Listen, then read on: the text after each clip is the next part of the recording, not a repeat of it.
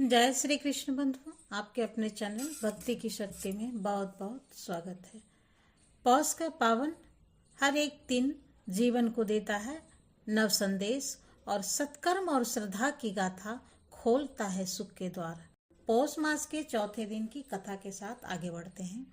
यह कथा हमें धर्म और भक्ति के मार्ग पर चलने की प्रेरणा देती है और सच्चे सुख का अर्थ भी समझाती है।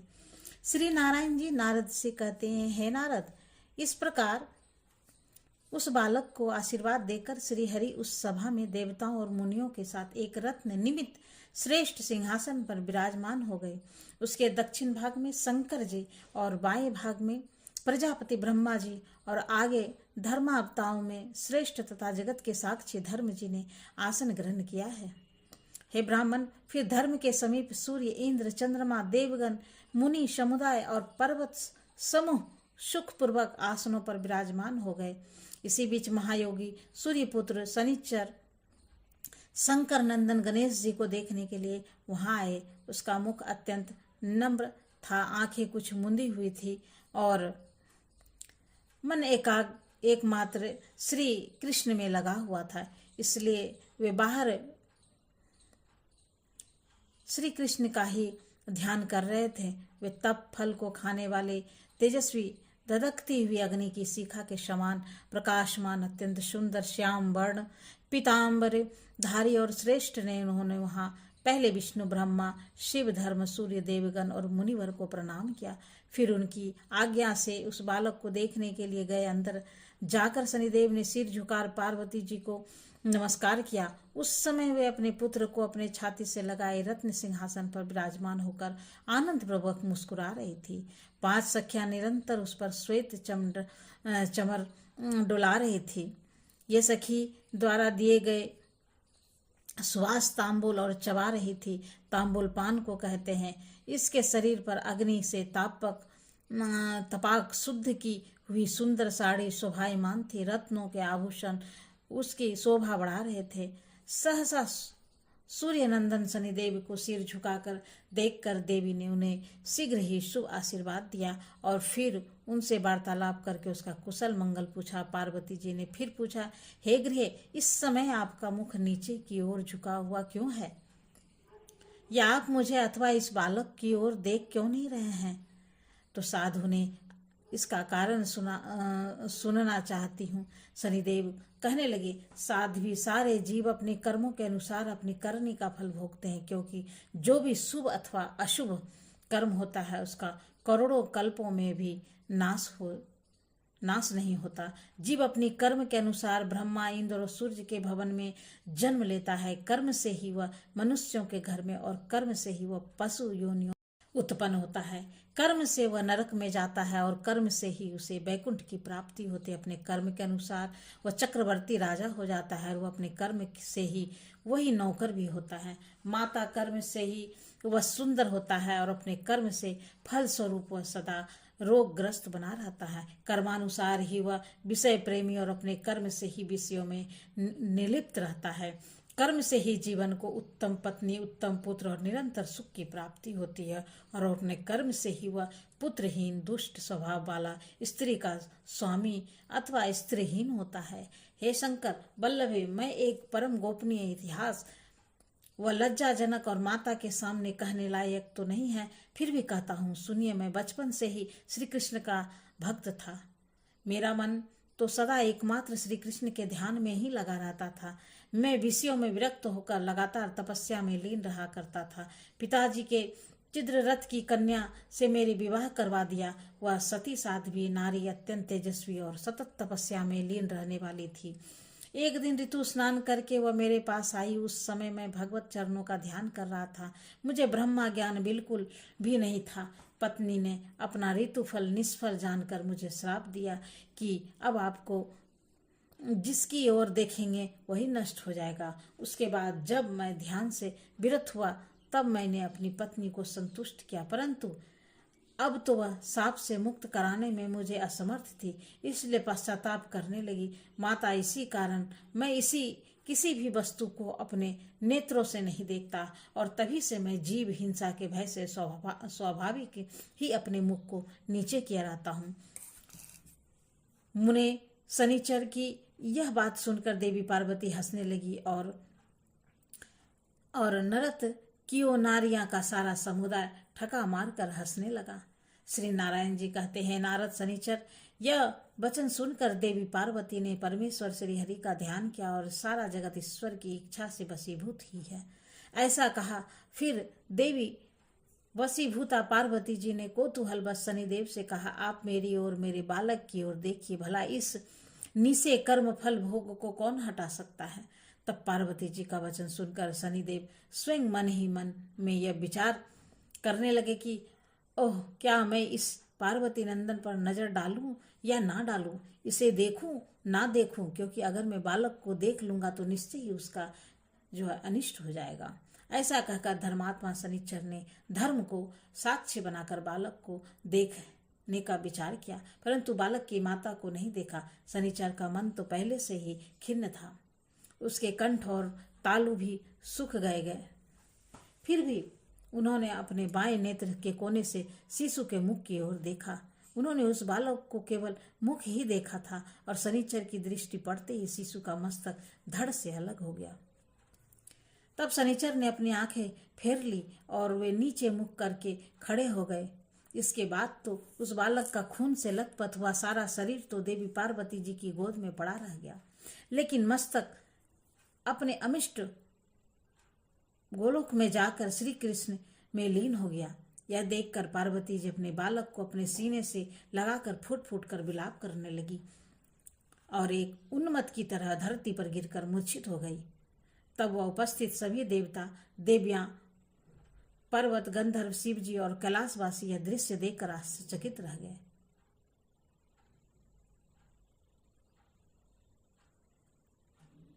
उस समय उनकी यह दशा चित्र लिखित पुतली के समान हो गई। इस प्रकार उन सबको मूर्छित देखकर श्री हरि गरुड़ पर सवार हुए और उत्तर दिशा में स्थित पुष्प भद्रा के निकट गए। वहां पुष्प भद्रा नदी के तट पर वन में स्थित एक गजेंद्र को देखा तो निंद्रा से वशीभूत होकर अपने बच्चों से गिरकर हथनी के साथ सो रहा था। उसका सिर उत्तर दिशा की ओर था, मन परमानंद से पूर्ण था और वह सूरत के परिश्रम से थका हुआ था। फिर तो श्री हरि ने शीघ्र ही सुदर्शन चक्र से उसका सिर काट लिया और रक्त से भींगे हुए इस मनोहर मस्तक को बड़े हर्ष के साथ गरुड़ पर रख लिया और गज के कटे हुए अंग के गिरने से हथनी की नींद टूट गई। तब अमंगल शब्द करते हुए उसने अपने बाकी बच्चों को भी जगाया।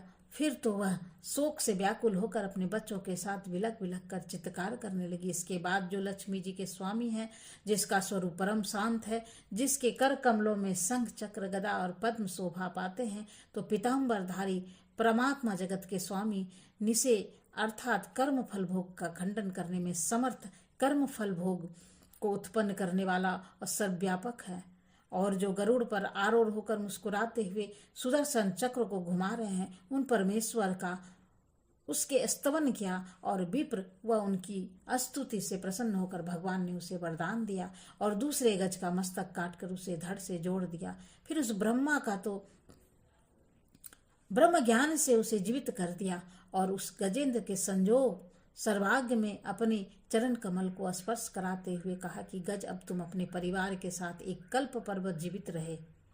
ऐसा कहकर मन के समान वैशाली भगवान कैलाश पर आ पहुंचे। वहां पार्वती जी के वास स्थान पर आकर उन्होंने उस बालक को अपने छाती से लगा लिया। उस हाथी के मस्तक को सुंदर बनाकर बालक के धड़ से जोड़ दिया।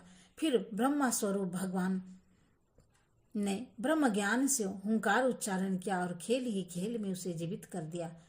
फिर श्री कृष्ण ने देवी पार्वती को सचेत करके उस शिशु को उसके गोद में रख दिया और आध्यात्मिक ज्ञान द्वारा पार्वती जी को समझाना आरंभ कर दिया।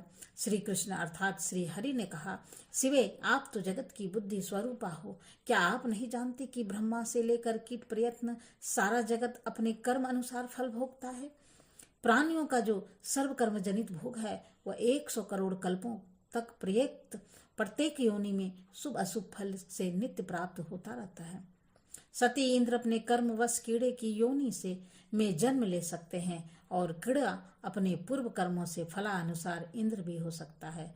पूर्व जनित कर्मों के फल के बिना सिंह मक्खी को भी मारने में असमर्थ होता है और मच्छर अपने पूर्व कर्म के बल से हाथी को भी मार डालने की शक्ति रखता है।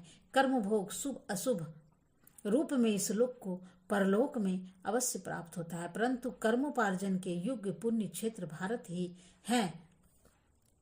स्वयं श्री कृष्ण कर्म के फल दाता, विधि के विधाता, कालों के काल, निशे के निशे कर्ता, संघर भी संहारक है, संघर के भी संहारक, पालक भी पालक है। संपूर्ण चराचर जगत संपूर्ण है, संपूर्ण चराचर जगत स्वरूप है। उन्हीं श्री कृष्ण में विनायक भी स्थित हैं। इस प्रकार श्री विष्णु का कथन सुनकर देवी पार्वती जी का मन अब तुष्ट हो गया। तब वे उस गदाधर भगवान को प्रणाम करके अपने शिशु को दूध पिलाने लगी। फिर प्रसन्न हुए पार्वती जी ने शंकर जी की प्रेरणा से अंजलि बांधकर भगवती पूर्वक उस कमलापति भगवान विष्णु की स्तुति की। तब श्री विष्णु ने शिशु को और शिशु की माता को आशीर्वाद दिया और अपने आभूषण मणि को बालक के गले में डाल दिया। ब्रह्मा जी ने अपना मुकुट और धर्म ने रत्न का आभूषण दिया। फिर क्रमशः देवियों ने और उपस्थिति सभी देवी देवताओं, मुनियों, पर्वतों, गंधर्व और समस्त महिलाओं ने यथोचित रूप से रत्न प्रदान किए। उस समय महादेव जी का मन अत्यंत हर्ष मगन था। वे श्री विष्णु का स्तवन करने लगे। नारद वहां मरकर पूर्ण जीवित हुए बालक को देखकर शिव पार्वती ने ब्राह्मण को असंख्य रत्नों का दान किया। मरे हुए बालक के जी उठने पर हर्ष गदगद हुए। हिमालय में बंदियों को 100 हाथी को 1,000 घोड़े दान किए और देवगण हर्षित होकर ब्राह्मणों को और सभी नारियों ने बंदियों को दान किया। लक्ष्मीपति विष्णु ने मांगलिक कार्य संपन्न कराए, ब्राह्मण को भोजन से तृप्त किया और वेदों का पुराणों का पाठ कराया। फिर शनिचर को लज्जा युक्त देखकर पार्वती जी को क्रोध आ गया और उन्होंने उस भरी सभा में के बीच शनिदेव को श्राप देते हुए इस प्रकार कहा कि तुम अंगहीन हो जाओ।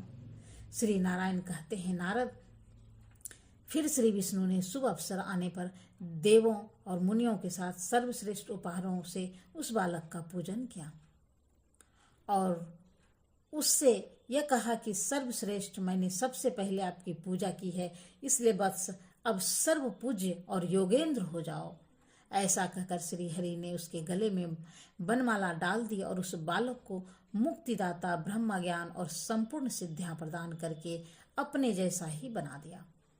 फिर षष्ठोपचार की सुंदर वस्तुएं दी और मुनि तथा देवों के साथ उसका इस प्रकार नामकरण किया और विघ्नेश, गणेश, हरेम, गजानन, लंबोदर, एकदंत, सूर, कर्ण और विनायक, उनके ये 8 नाम रखे गए। पुनः सनातन श्री हरि ने उन मुनियों को बुलाकर उसे आशीर्वाद दिलवाया। फिर सभी देवी देवताओं और मुनियों ने अनेक प्रकार से उपहार गणेश जी को दिए। फिर क्रमशः उन्हें भक्ति पूर्वक उनकी पूजा की। नारद जी तद जगत जननी पार्वती जी ने, जिनका मुख कमल हर्ष के समान विकसित हो रहा था, अपने पुत्र को रत्न निर्मित सिंहासन पर बिठाया। फिर उन्होंने आनंद पूर्वक समस्त तीर्थों के जल से भरे हुए 100 कलश से मुनियों द्वारा वेद मंत्रोच्चारण पूर्वक उसे स्नान कराया। फिर अग्नि में तपाक शुद्ध किए हुए 2 वस्त्र दिए। फिर पाद के लिए गोदावरी का जल, अर्घ के लिए निमित गंगा जल और आचमन के लिए दुर्वा, अक्षत, पुष्प और चंदन से युक्त पुष्कर का जल्ला कर दिया। रत्न पात्र में रखे हुए शक्कर युक्त द्रव का मधुपर्क प्रदान किया। फिर स्वर्गलोक के वेद अश्वनी कुमार द्वारा निर्मित स्नान उपयोगी विष्णु तैल, बहुमूल्य रत्नों से बने हुए सुंदर आभूषण, परिजात के पुष्पों की 100 मालाएं, मालती, चंपक आदि अनेक प्रकार के पुष्प, तुलसी जी के अलावा पूजा में उपयोग आने वाले तरह तरह के पत्र, चंदन, अगरू, कस्तूरी, कुमकुम, ढेर के ढेर रत्न, प्रदीप और धूप सादर समर्पित किए।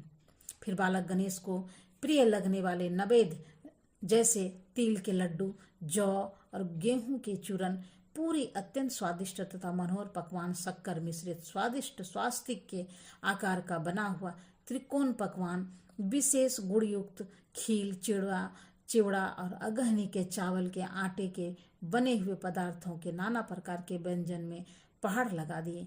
नारद फिर उस पूजन में देवी पार्वती ने हर्ष में भरकर 1,00,000 घड़े दूध, 1,00,000 घड़े दही, 3,00,000 घड़े मधु और 5,00,000 घड़े घी सादर अर्पित किया।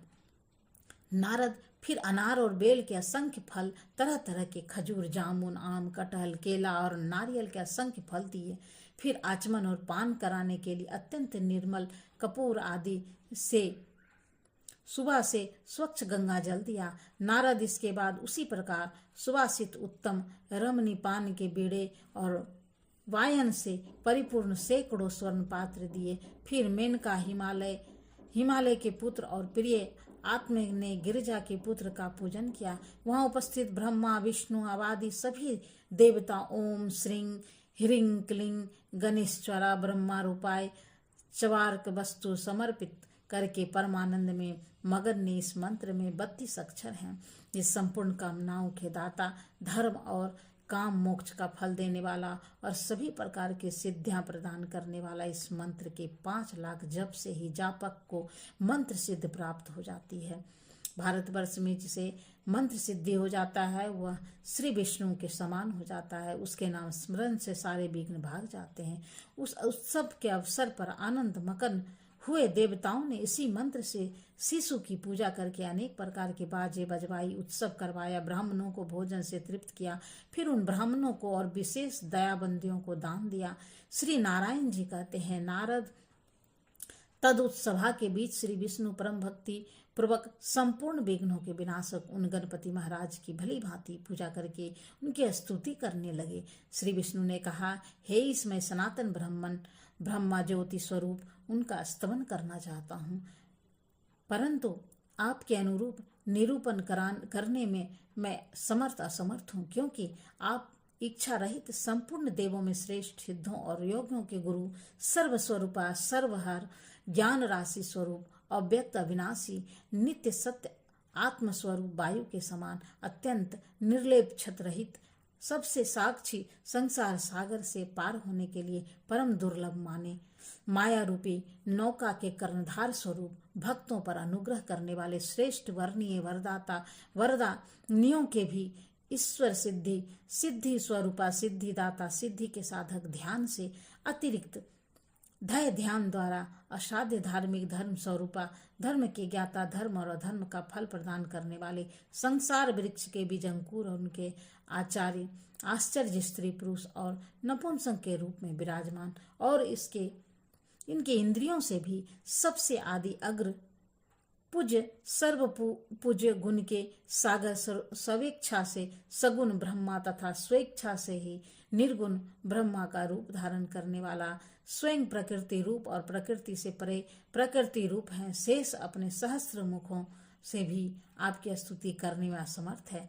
आपकी स्तुति का पंचमुख महेश्वर कर सकते हैं, न चतुर्मुख ब्रह्मा जी है, न सरस्वती जी की है शक्ति है, न ही मैं कर सकता हूँ, न चारों वेद की ही शक्ति है, फिर उन वेदियों की तो भला तुलना ही क्या। इस प्रकार देव सभा में देवताओं के साथ सुरेश्वर गणेश जी की स्तुति करके सराधी व रमापति मौन हो गए।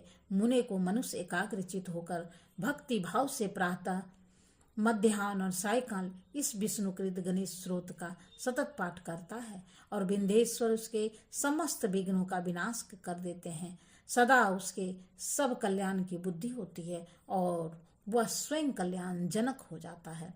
जो यात्रा काल में भक्ति पूर्वक इसका पाठ करके यात्रा करता है, निसंदेह उसकी सभी अभिसित कामनाएं भी सिद्ध हो जाती है। उसके द्वारा देखा गया दुस्वप्न सुखद स्वप्न में परिणित हो जाता है।